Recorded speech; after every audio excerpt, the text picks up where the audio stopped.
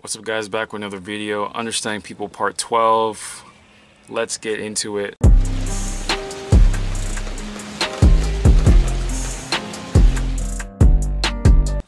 In Part 6, I talked about self-sabotage. Basically, when someone or people tend to stop themselves from reaching a goal because they feel as though that they will fail at it, or maybe they'll succeed and really it's very uncomfortable. So the person would rather stay where they are because they don't feel as though they're worthy of the goal, or they can make it, or they don't want to succeed at that goal. In this video, I'm talking about the inability to change. This takes it even deeper. Why do people go for a change, try to add change to their life, make a change to their life, but they can't? Something's stopping them from making that change in their life.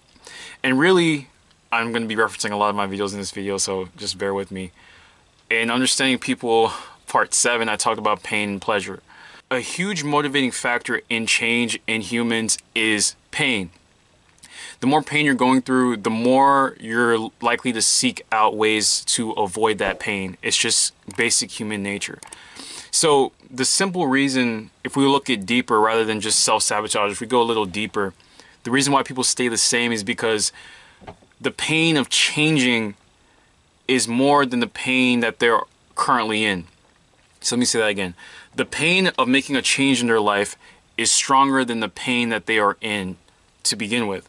So this person will not make a change until the pain that they currently are in is stronger than the pain that they'll experience from making a change. For example, if someone is completely frightened at public speaking, if they only do public speaking every now and then, not that much, not that often, or they don't have to associate with people that much, maybe they have a job where they're like a computer engineer and they don't really have to talk much, them trying to get better at public speaking isn't in the forefront. It's not really a pain, honestly, because they don't really need to get good at it.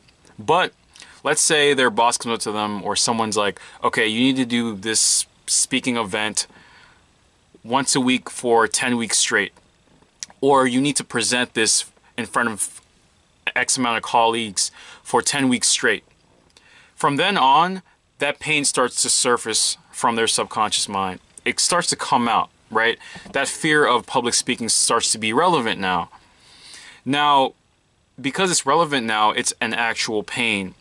And they won't get better at public speaking until they feel as though, hey, if I don't make a change, it's going to be very painful to try to speak in front of people. That's a huge factor as to why people can't make a change in their lives. It's because their current situation isn't painful enough for them to make a change. And that's why people that do make big changes is because where they were was so painful. They hated it so much that they had to make a change. And that change brought more pain, but it's the pain that was necessary to bring the pleasure. How does change really actually occur then? Well, when you're able to pinpoint your pain points or your problems and make it as, really see the problem with it, really see the pain in it, and then looking at the solution. So a public speaking example, if he gets really good at public speaking, yes, at first he's not going to be that great, but as he gets better and better, people listen to him more while he's speaking. People start to respect him more while he's speaking. People want to socialize with him more. He grows his connection. And let's say he rewards himself every time he practices his public speaking.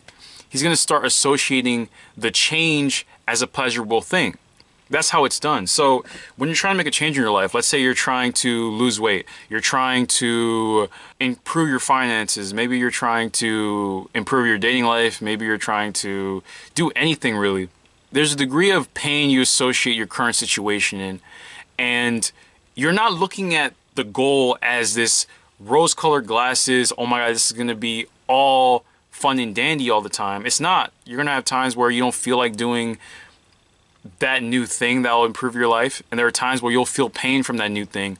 But when you reward yourself for doing the new activity, you'll start associating it with good.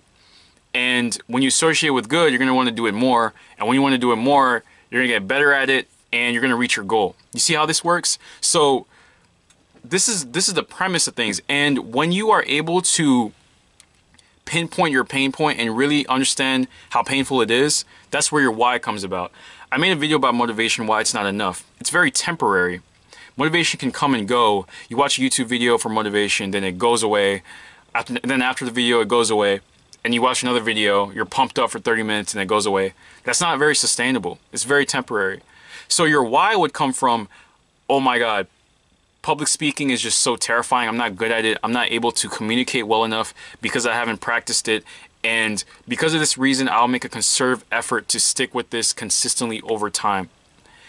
And just adding, maybe adding emotion to your why, because emotion really drives you. You know, just really fixating on that painful moment of just not being where you want to be. And then taking the measures to associate where you want to be with pleasure, even when pain comes up. That's when real change starts to occur.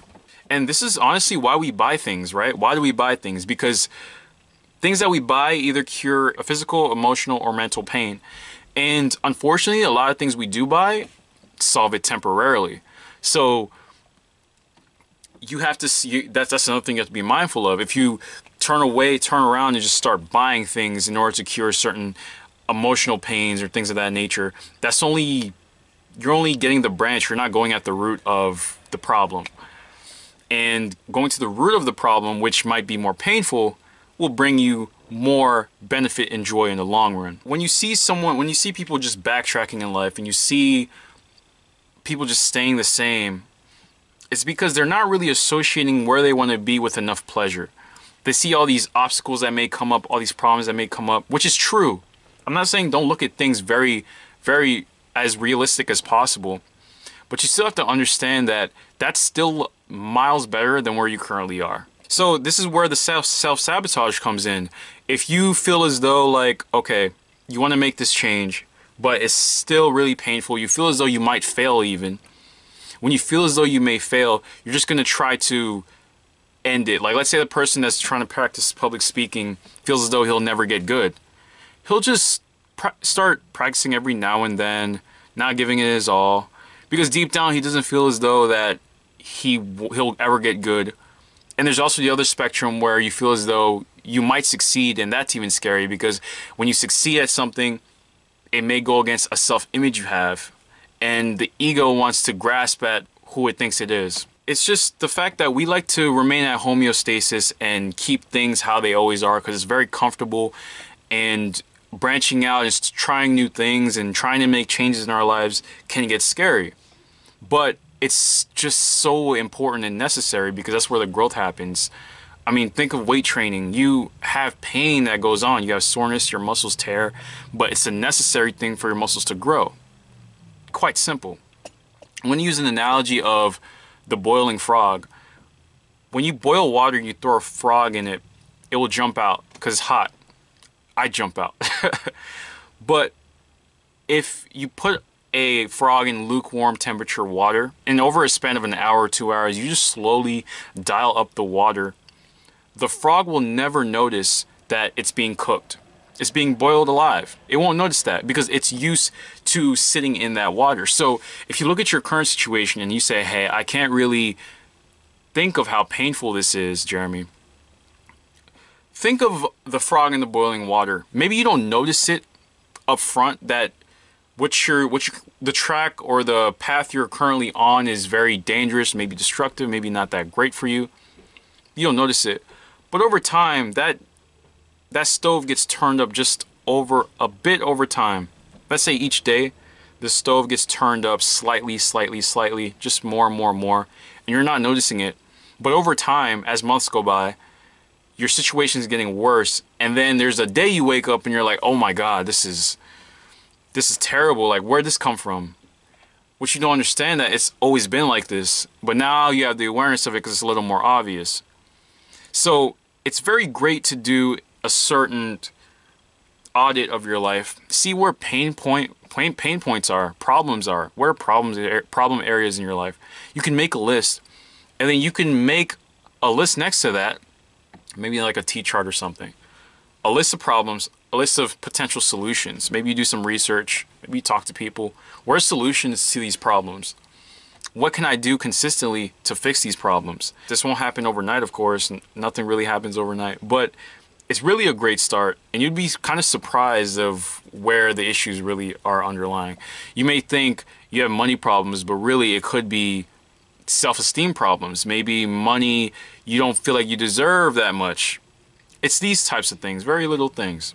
It's not motivation you need, it's a why. And the why can really come from the deep underlying pain you have in a certain area that you want to get better at or you want to fix. And remember to associate your new behavior, the new goal, with something pleasurable. Visualizing how you would be once you accomplish that goal, and also rewarding yourself when you do go towards that goal. That way you just reinforce that habit of sticking with the goal or the new you or that new identity you're taking on. From a standpoint of why people can't change, it's really this. The pain of being where they are is not stronger than the pain of changing.